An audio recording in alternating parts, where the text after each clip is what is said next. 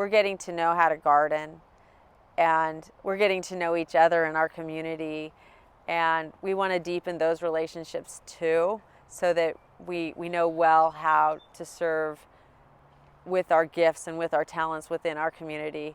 And that's a really important part too. So we recognize that this is the beginning of something that could be really big.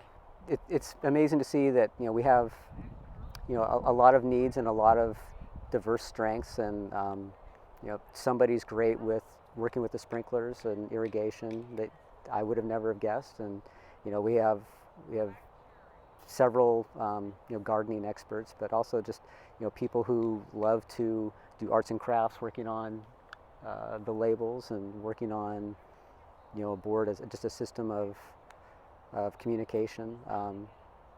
It's neat. Not everybody has to be a master gardener in this group. Everybody's been able to contribute in some way.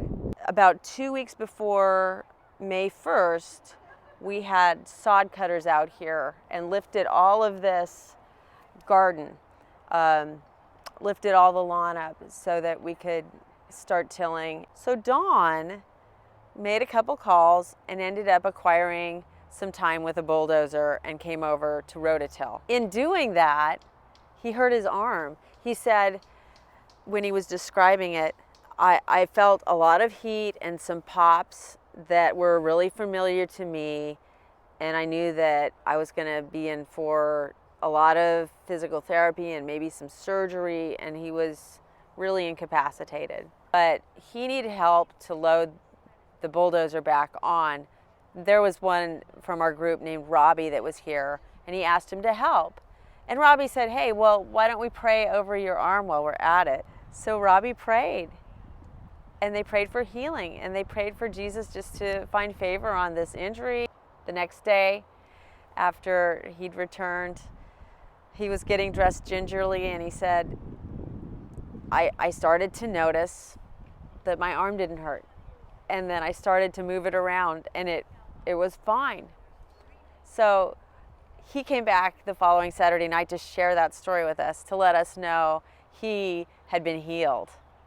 And it was amazing. We're building an amazingly close missional community along the way. We're teaching each other. We're just building new relationships, and it's been pretty fantastic.